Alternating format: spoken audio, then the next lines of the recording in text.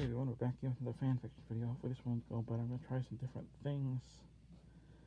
Hopefully make this a little more interesting. We're going to try some new ideas. But this one is set in the world of My Life's Teenage Robot. There's some definite inconsistencies with the story. I try my best with the plot, but there's one moment of a character popping up out of nowhere.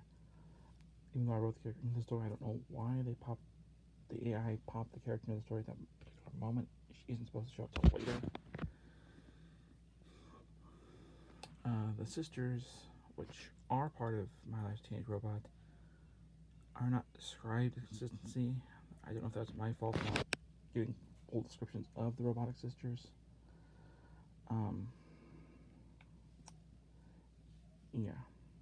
And the character Sheldon from My Life's Teenage Robot doesn't actually have glasses, but for some reason in this particular story, he does.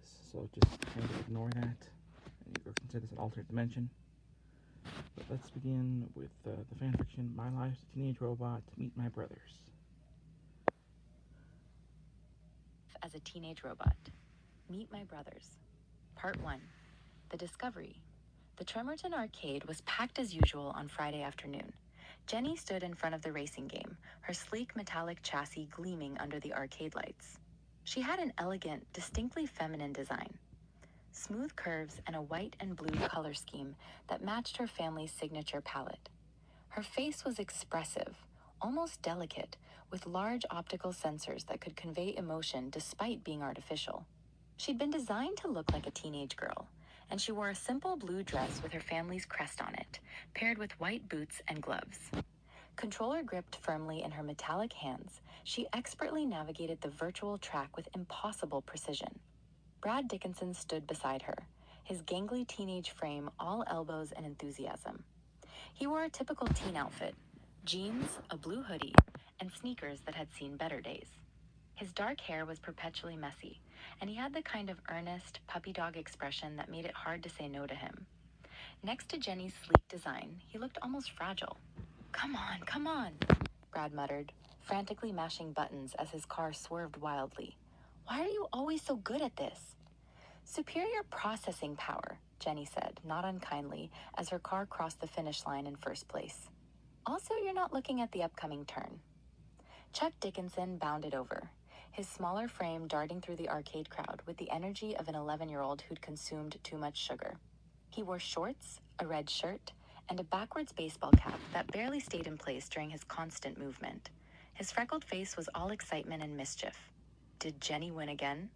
Chuck asked, already knowing the answer. Sheldon appeared next, pushing his glasses up the bridge of his nose.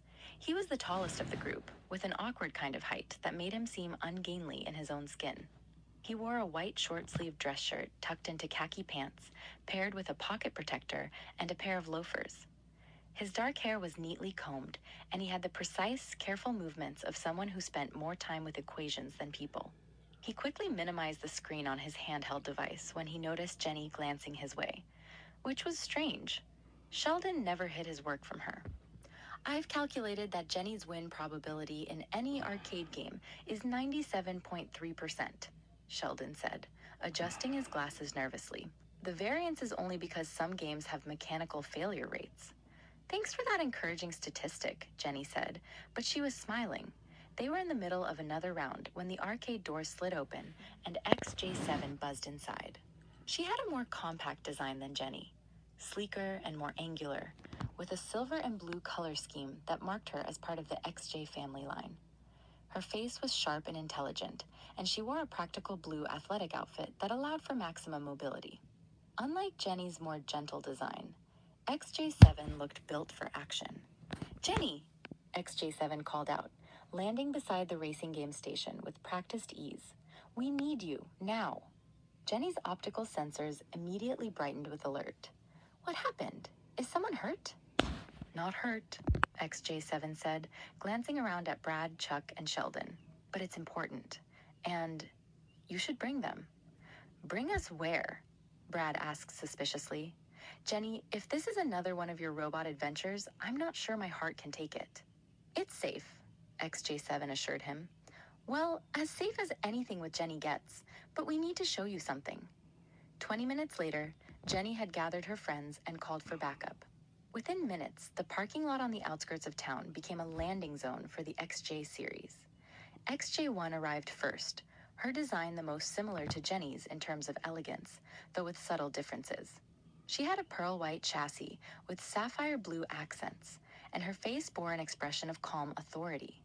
She wore a blue operational suit, with the family crest prominently displayed. XJ2 followed, more athletic in build than her sisters, with a streamlined white and steel blue design. Her frame was built for combat, all efficient lines and reinforced plating. She wore a practical blue tactical outfit with military-grade modifications.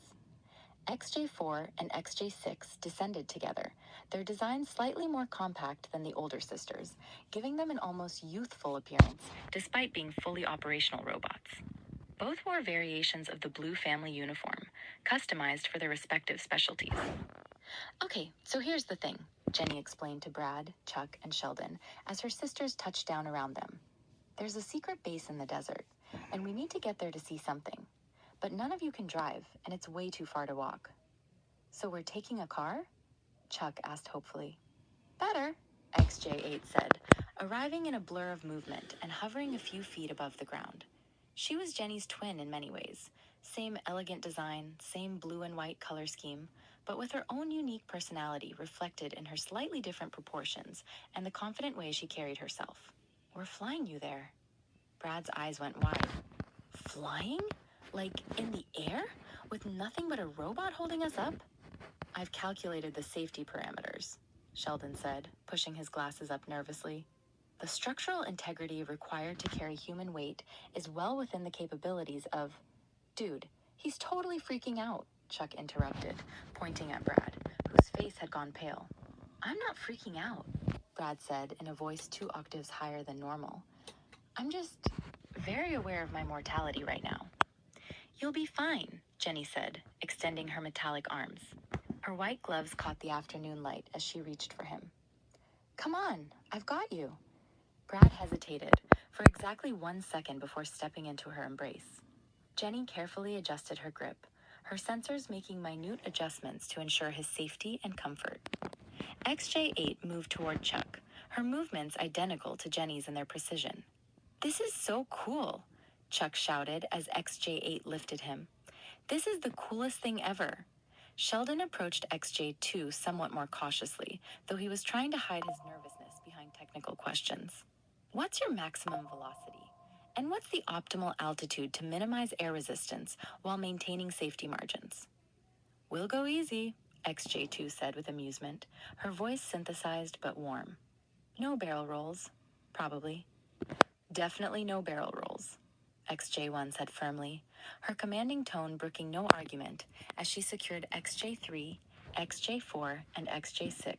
All of the sisters shared that core design language. Elegant, powerful, distinctly feminine, yet undeniably advanced. The blue family color unified them, even as their individual variations made each one unique. This is a serious operation. With that, the robots launched into the sky. Flying was something Jenny had learned to love, but watching Brad experience it for the first time, his initial terror quickly transforming into wonder as he looked down at Tremorden spreading out beneath them, made her appreciate it all over again. Oh man, oh man, oh man, Brad kept repeating, but now with excitement instead of fear. His lanky frame was cradled securely in Jenny's metallic arms. This is insane. I can see my house.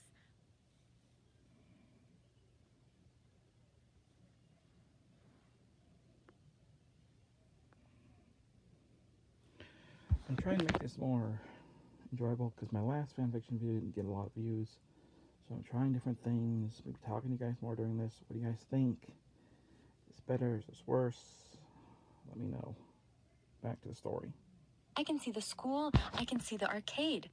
Chuck was whooping with joy in XJ8's arms, his small frame practically vibrating with excitement. This is the best day ever! Can we do this every day, please? Sheldon had gone quiet in XJ2's grasp, which Jenny found interesting. He was still adjusting his grip with his gangly limbs, but his eyes were fixed on the landscape below, his mind clearly running calculations about wind speeds and atmospheric pressure. His careful, Analytical nature was on full display, even in the midst of something as exciting as flight. The desert landscape gradually came into view. It took another 20 minutes of flight before the mountain range appeared on the horizon. The sun was starting to get lower in the sky, casting long shadows across the dunes. There, XJ7 said, pointing with one hand while keeping XJ3, XJ4, and XJ6 secure with the other, her compact frame somehow managing the load with ease. Base Delta 5. Okay, we'll stop there for this part. And next we'll do part 2. I'll try and change the narrator and vary things up and try and make it more interesting for you guys. This is going to be a long one.